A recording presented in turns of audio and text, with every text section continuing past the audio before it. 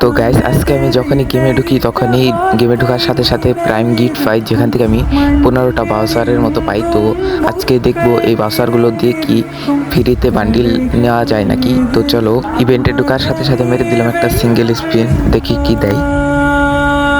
Voucher পাইছি, সমস্যা নেই। এখন ভাবতেছি বড় স্পিন মেরে দিই।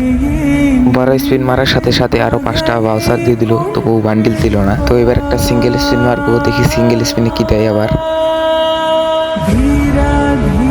ওই বাউসারই দিছে, তো আরেকটা ওরা দুটো সিঙ্গেল স্পিন মারা হবে। এবার স্টারের স্ক্রিন পাইছি, আরো সিঙ্গেল স্পিন মারতে পারবো। আরেকটা সিঙ্গেল স্পিন মেরে দিই, আবার বাউসার দিছে, তো আরেকটা সিঙ্গেল স্পিন মারতে পারবো। ভাই বান্ডিল দিই ভাই, আবারও বাউসার দিছে, তো আর স্পিন মারতে পারবো না, কারণ আমার কাছে 2টা বাউসার।